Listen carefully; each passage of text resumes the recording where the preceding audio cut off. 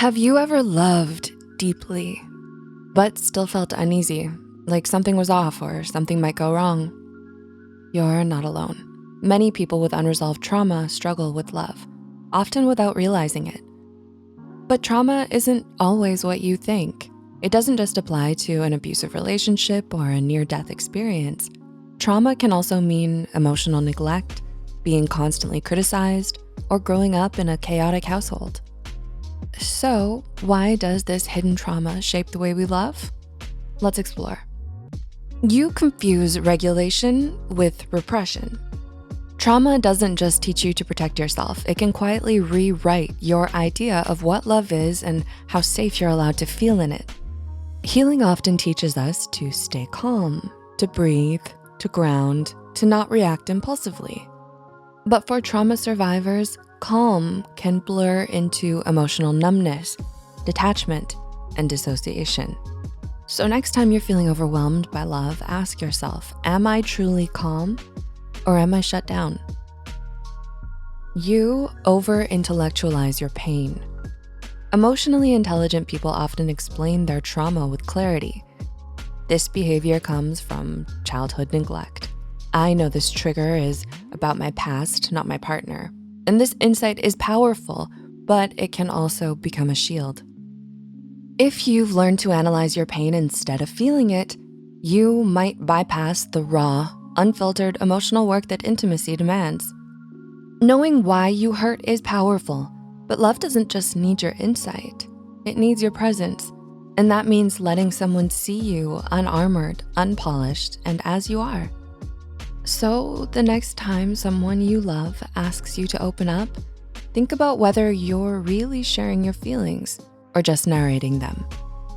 You're afraid to receive. Many trauma survivors have learned to be givers. You anticipate needs, you hold space, you show up. But when someone turns toward you with real care, softness, and presence, you tense up. Why? Because receiving requires vulnerability. It asks you to let someone witness the parts of you that don't perform, fix, or earn. And if you were taught that your needs were inconvenient, messy, or unsafe, this can feel deeply exposing. It's not that you don't want love, it's that you're terrified of what it could mean to fully accept it. You overvalue control and undervalue vulnerability. Trauma makes you crave control, predictability, safety, and those things are essential in love, but real intimacy also asks you to take emotional risk. Saying, I love you first, asking for more, letting someone close enough to hurt you. If your healing has been focused on boundaries, routines, and inner peace, you might forget that love also requires aliveness.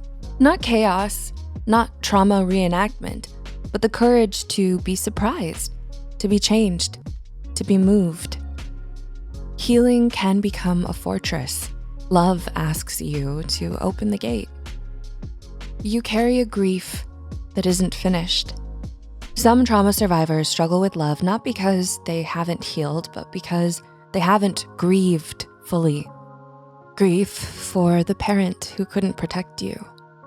Grief for the version of you who kept hoping. Grief for the people who betrayed your trust. Unfinished grief makes it hard to fully show up in the present. You might sabotage good love, not because you don't want it, but because part of you is still loyal to what you lost. There's a guilt in moving on, in letting joy in becoming someone new. Love isn't just about attachment. It's about making peace with who you were before it found you. Now, this isn't to say that you need to completely heal from your trauma before you can love or be loved.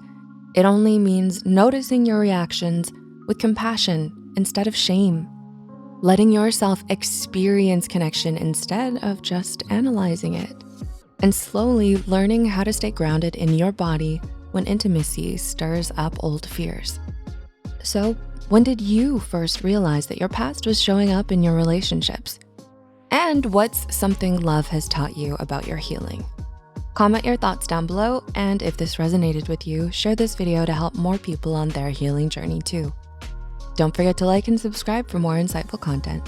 Thank you for watching, and thank you for being here. See you soon.